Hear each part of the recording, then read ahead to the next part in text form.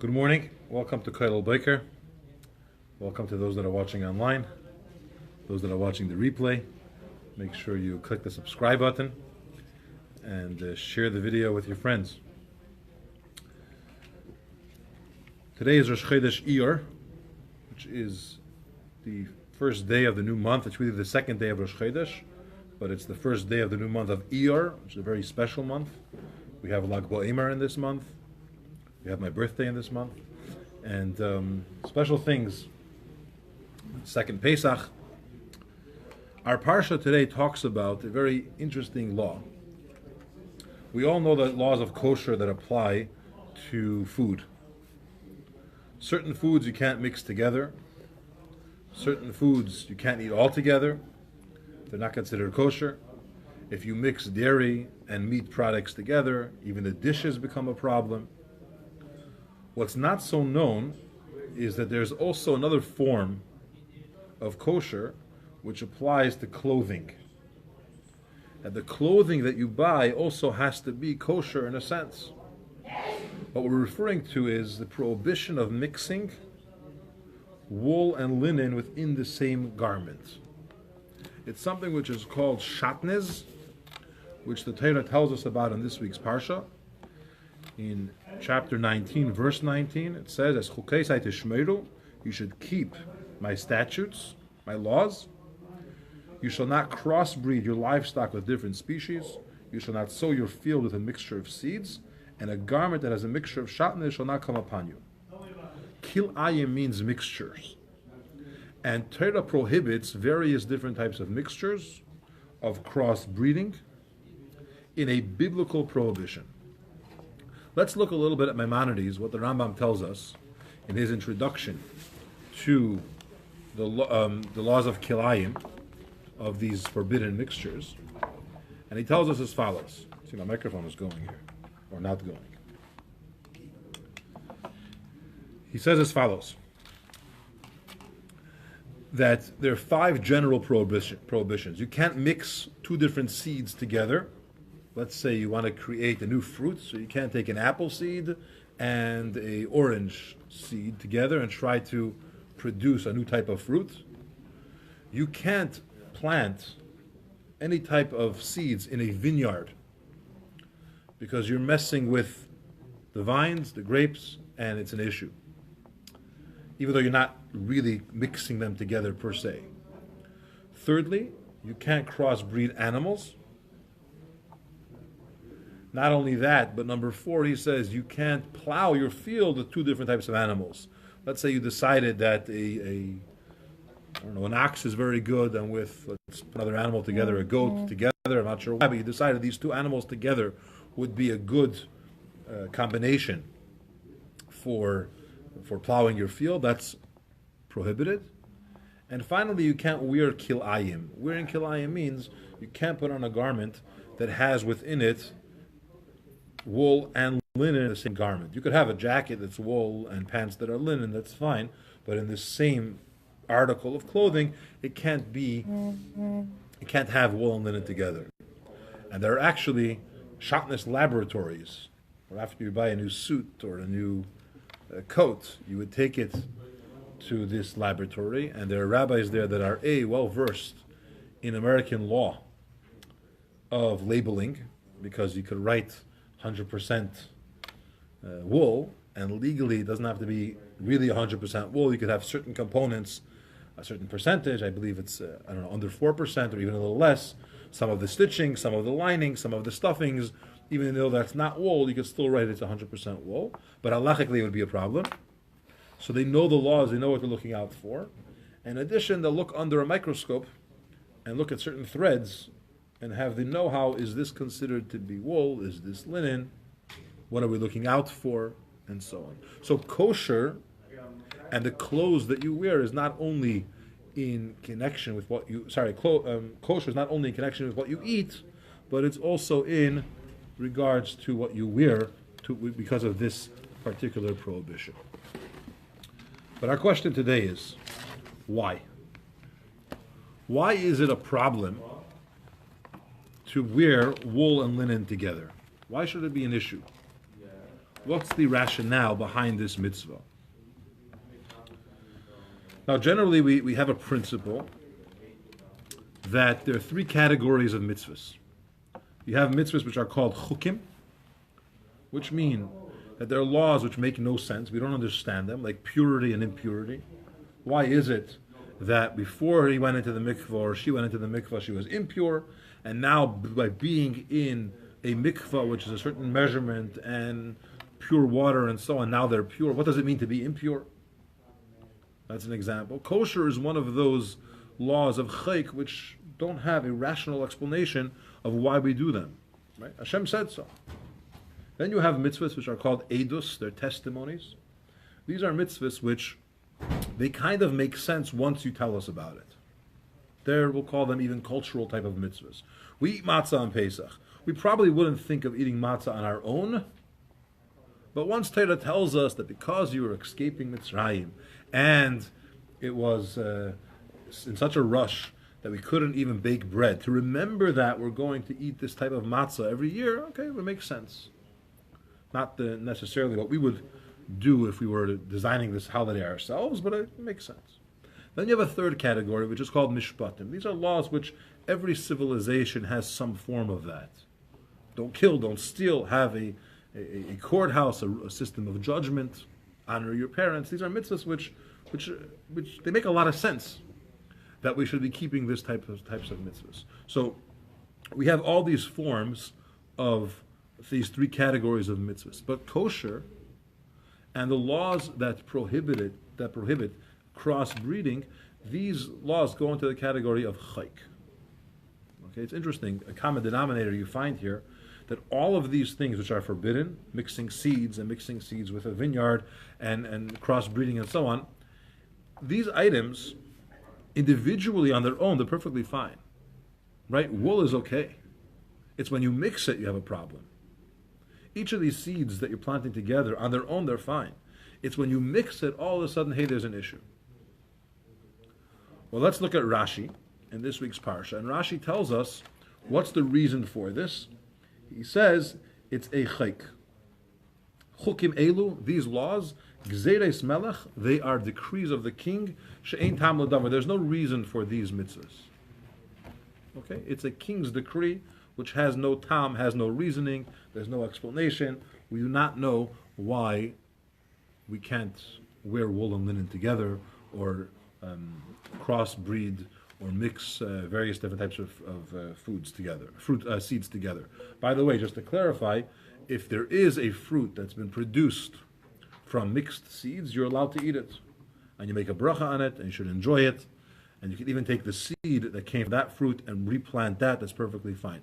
You can't, as a Jew, you cannot take these two seeds, mix them together. It's a prohibition that we have. Not something that Hashem expects from all of humanity per se. So, to answer our question, why is this prohibited? Rashi tells us there is no reason. It's a decree of the king. Now, at the same time, though, we know that even when things are chukim and they don't make sense, we try to find some type of rationale, a little bit of an explanation of why we do it. Maybe it's not the reason, but we try to find some meaning behind it. And one example of this is when it comes to kosher, there are those that say, and have explained, that one of the reasons for kosher is because if you look closely at which animals are not kosher, these are animals that have predatory tendencies. And as a general rule, non-kosher animals tend to be either more wild, or they have certain characteristics that we're not interested in making that part of our genetic makeup. And a rabbit.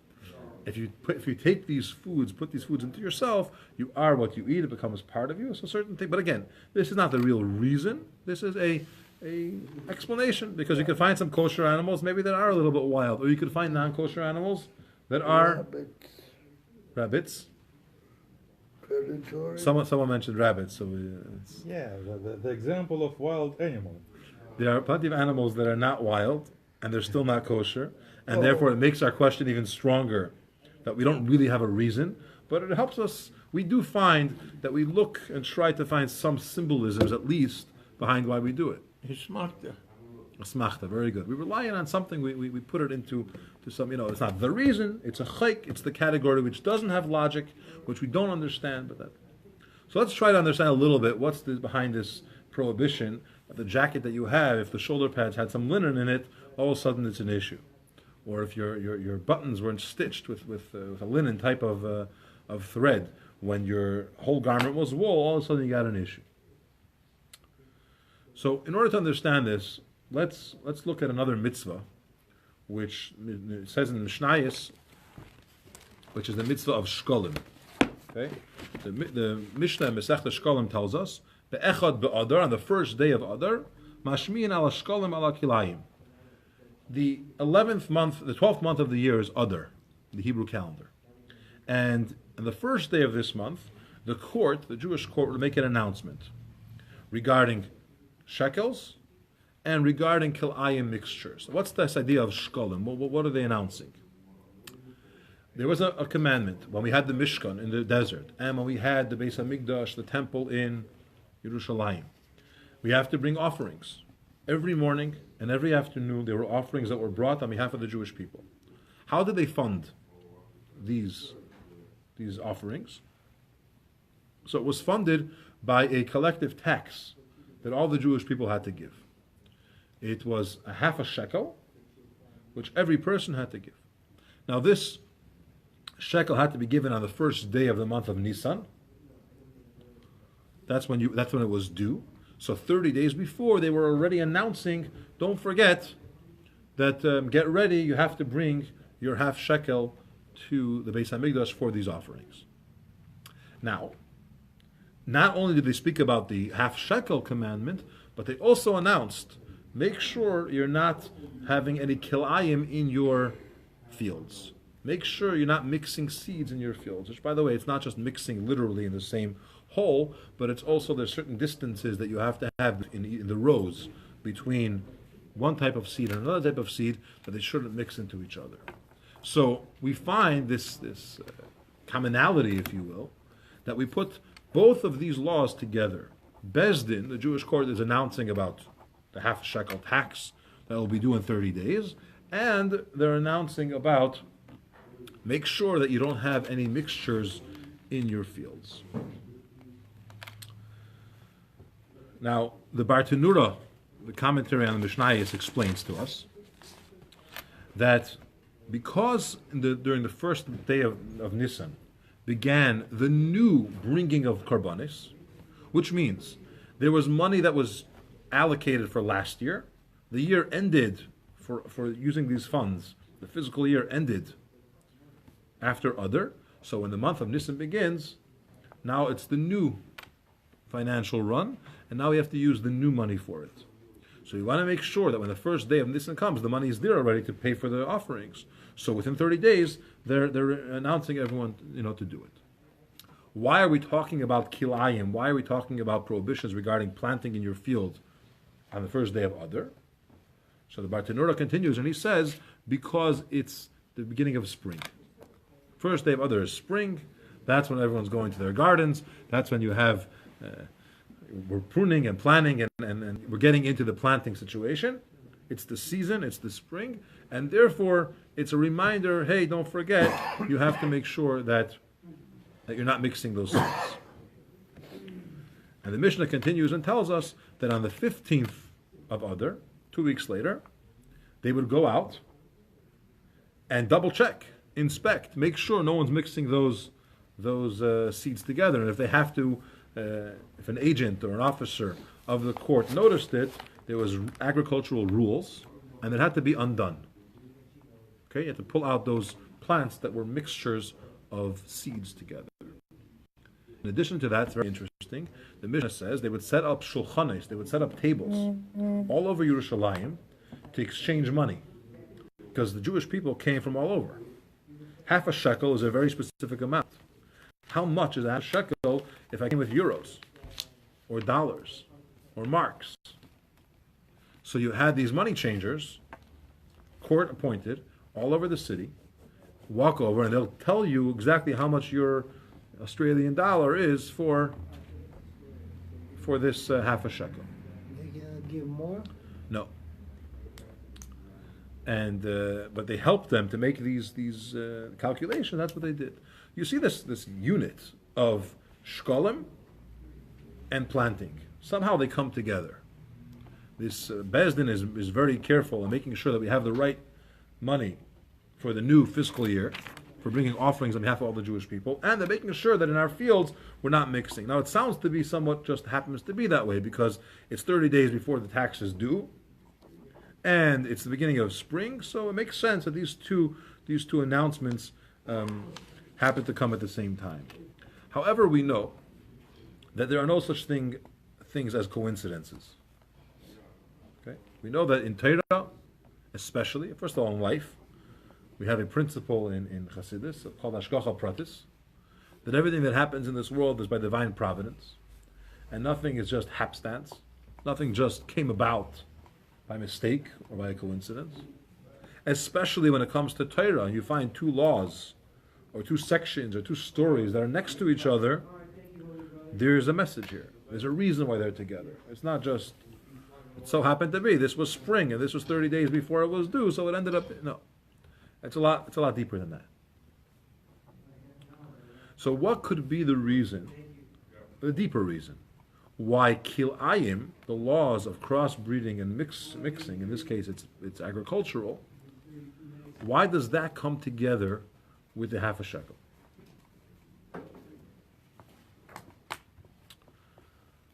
So in order to understand this, we have to look a little bit into some of the commentaries, particularly the Ramban Nachmanides. Nachmanides lived in the 13th century, first in Spain, and in 1263 he was summoned by King James of Aragon to have a big debate with Pablo Cristiani. And even though the Ramban Nachmanides won this debate, it was still, they didn't like the fact that he won, and they persecuted him, and it was very dangerous. So he fled to Eretz Yisrael, to Israel, and he reestablished or got very involved in helping the Jewish community in Yerushalayim. He authored a commentary on Chumash, on the Torah, and on the Gemara. I thought he was in Spain. He was, but he had to run away after the debate. So he says like this. Remember Rashi told us that there's no reason for kilayim. It's a chayk. Right? It's today's chitash. It's a chayk. It's a today's portion. There's no reason for it. It's one of those mitzvahs which don't make sense. It's not a mitzvah which has rationale. It's not even an aid with some kind of testimony or symbol. It's a mitzvah which makes zero sense. The Ramban says like this. Rashi doesn't really mean that there's no reason here. He means as follows. This is a commandment of the king, which doesn't have a reason that we could comprehend. It's a hidden reason. Okay? You don't have to know. When there's a king that gives you a decree, you follow. What's the reason? And Hi Nasano, Hi Yitzchak. By the way, those that are watching, feel free to ask questions. You could use the live chat on YouTube or the chat feature in Facebook. We'll try to answer your questions. So, the Ramban, Nachmanides, says it's not so simple. Yes, it's the category of a mitzvah which doesn't have a reason, but it means that we don't know the reason. There's definitely a reason for it. It's the secrets of the Torah, and they have beautiful and expansive reasons for why we do these mitzvahs. Okay? So, the Ramban differs from Rashi, or he explains Rashi differently and says, wait, there is a reason. We just don't know the reason. And then the Ramban goes on and he tells us the reason why crossbreeding is prohibited. Okay? Or I should say, he tells us a reason, an explanation of why it's so important that we don't have this, we don't mix seeds together, and we can try to understand why we don't put wool and linen together in our garments, and so on. He says like this. Hashem created this world with very specific very particular specifications. Okay, certain animals are meant to reproduce the same type of animals, and certain plants are meant to reproduce in their way more plants. When you come along and you start to mess with that, what you're saying is Hashem didn't do his job correctly. He missed out a certain type of animal. I have to come in and customize and create that type of animal. Not only that, but in some cases when you reproduce and you force these two different types of animals together, resulting in the birth of another animal, which is, for example, a mule who can't reproduce. So you're stopping that chain in creation the way Hashem created it, of what was Hashem's plan. Hashem says, I set up certain plants that their seeds could have more seeds. You're stopping that. So the reason, says the Ramban, why we can't do kilayim and why it's so prohibited on so many levels of mixing clothes, seeds, vineyards, it's not clothes, but seeds, vineyards, animals, it's because you can't mess with Hashem's creation. And by doing that, you're showing that Hashem didn't do such a good job. So why do we use it? It's a good question. We use it because the prohibition is mixing. Consuming is fine. But the concept that you mentioned, the guy created with a specific... Right, but now it's its own entity. Now it's a new thing. And it exists. You could use it. Mixing you can't. Goyim So don't do why any the of Goyim it. permitted to do that? Yeah. Why They're are not the even Goyim discouraged. permitted to mix? We don't... Torah only demands certain things from all of humanity. Right? There's 7 Noahide laws. The 613 are for the Jewish people, plus 7 rabbinic laws, plus many customs and traditions, and so on. So even though there's a lot of good things, like Shabbos is a beautiful thing, but humanity is not commanded to do Shabbos or even kosher. So let's take this a little bit further. Based on what the Nachmanides tells us, what the Ramban tells us, let's look at what happens with money. The first day of Adar, we're announcing that in 30 days is going to start the new fiscal year, which means that all of the monies that was allotted for spending in this past year is meant to serve Hashem and bring offerings and represent on behalf of the Jewish people this year. Every year has its own energy. Every year has its own special purpose. Every year has its own responsibilities. And you don't mix or roll over last year's situation, if you will, into this year. Okay, it's different. I mean, the question is obviously why? What's so bad if you just have some leftovers, use it next year? But the answer, and this is what the Rebbe tells us, is that when you mix the monies together, you're missing the point that you have to live every year to its max. We had it at Yom Yom today, that idea of counting, that every day has to be counted. Right? Every day has its mission, its purpose, has to be filled, used out. You don't mix last year's allocation to this year's allocation. Okay?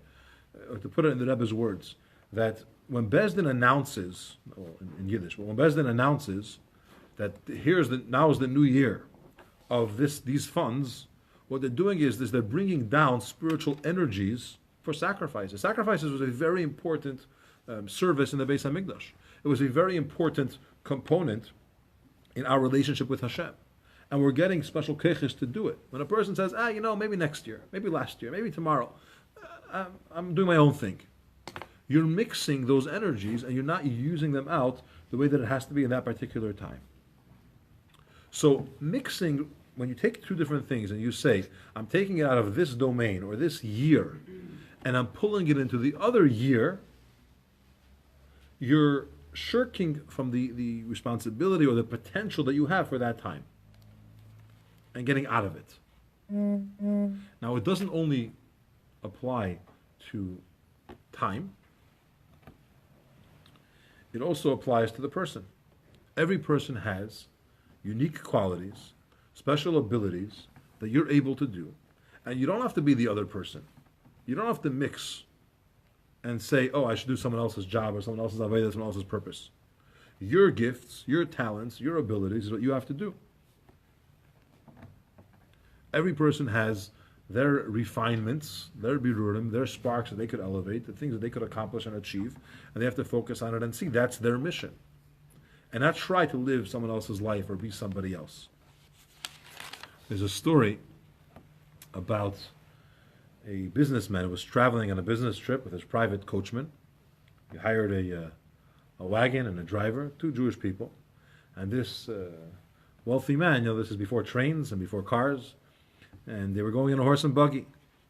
And on the way back from their business trip, which was quite successful, there was a storm, and it was getting hard to travel. And they realized they're going to have to stay somewhere for Shabbos. So they pull off at the next city. They don't know anyone there, but there's a Jewish community. The businessman gets himself a nice hotel, and the coachman takes one of the smaller rooms in a different hotel, which is much cheaper. And they go to get ready for Shabbos. The coachman has his sardines, his canned sardines with him, maybe some matzah that lasts for a long time on the trip.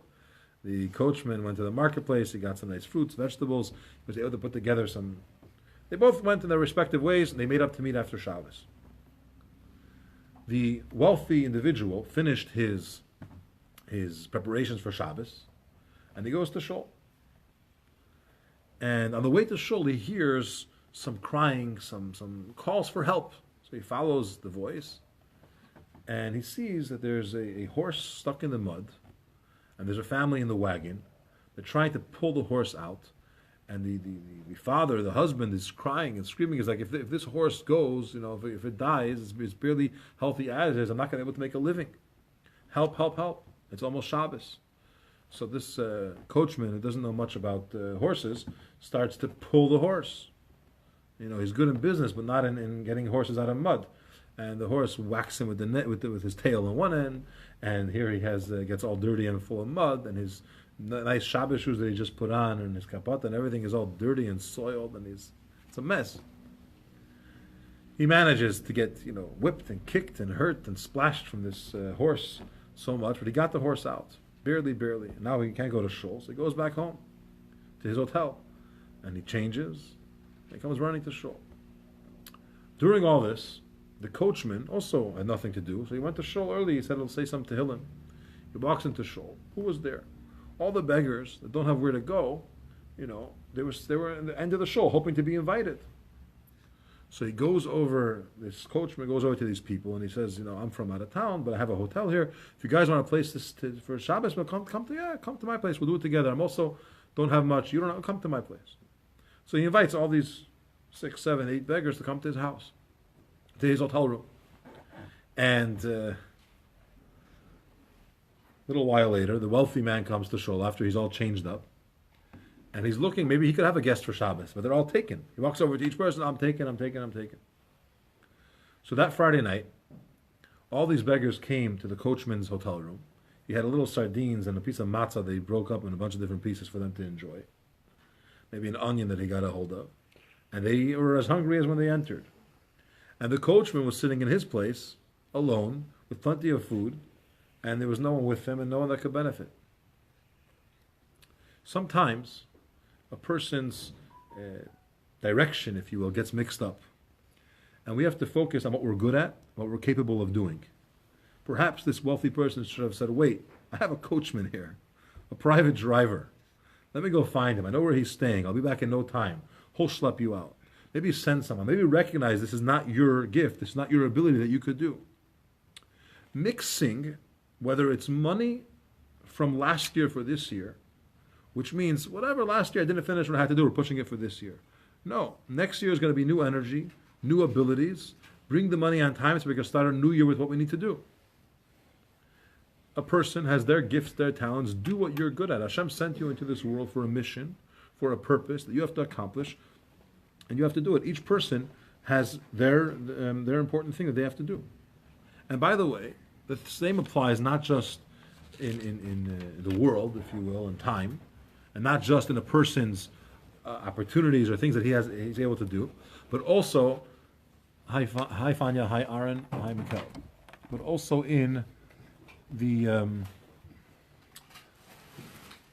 in a person's things. Don't mix your stuff, right? How much charity should a person give? How much tzedakah should a person give? So we know the minimum is 10%, but a person is not generally supposed to give more than 20% of their earnings to charity. There's some exceptions, but generally speaking, a person shouldn't give more than 20%. So a person has these possessions, these things, these earnings that he has, and he has to know Hashem allocated part of it for charity, and part of it for himself, for his family, part of it to do mitzvahs with. He comes to buy a esrig or matzah, and he says, wow, it's so expensive. Jewish education, or whatever he has spending on it, it's so expensive. He has to understand that Hashem gave different categories in this world, different things. They're not supposed to be mixed. Don't mix up the stuff that's meant for charity and keep it for yourself, and vice versa. The other 80% that's supposed to be for you, don't mix it up and give it out to others, minus some exceptions. So, in summary, let's backtrack a little bit and try to understand. We have this prohibition. You can't crossbreed animals. You can't mix seeds and try to produce new fruits. You can't mix wool and linen together in the same garment. What's the reason for it? So yes, or for starters, this is a mitzvah which has no rational explanation. You don't understand why that is. But on a deeper level, as the Ramban tells us, we're not supposed to mess with God's creations. Chassidus, the Rebbe teaches us a deeper explanation. And he says you have to understand that each thing has their purpose in the world. And mixing it represents that you're not appreciating the energy that each one has and that each one has to accomplish and fulfill. Whether it's time, what belongs to last year is last year's, and next year is a new year with new energy. I got to give it all you got and use out this past year. Whether it is a person who says, I'm not good enough, or I'm not able to, or if only I could live someone else's life. You have your gifts, your talents. Do things that you're good at doing. Don't live someone else's life. Don't do someone else. Hashem put you in this world, in your chelek, your portion that you could achieve and accomplish. And we should try to do it. I'll conclude with a famous story of Rabbi Zusha, great Talmud of the Baal Shem Tov, great tzaddik, Rabbi Zusha of Anapoli. He said, when I pass away and I go to heaven, I'm not afraid that they're going to say, hey, why weren't you as special as Moshe, as Moses? Or, hey, why weren't you as good as King David? They look at me and say, I'm not afraid of that. You know what I'm afraid of? They're going to say, why weren't you Zusha? Why weren't you the best version of you that you could have been? Let's not mix on any level. Let's be the best we could be. Let's use out the opportunities and the talents, the gifts that we have, and not mix our responsibilities with others. Thank you for watching, and those that are online and in person. I look forward to continuing tomorrow. Take a moment and subscribe. Take a moment, share the video, and let's get the word out and do more learning with more of us. Take care.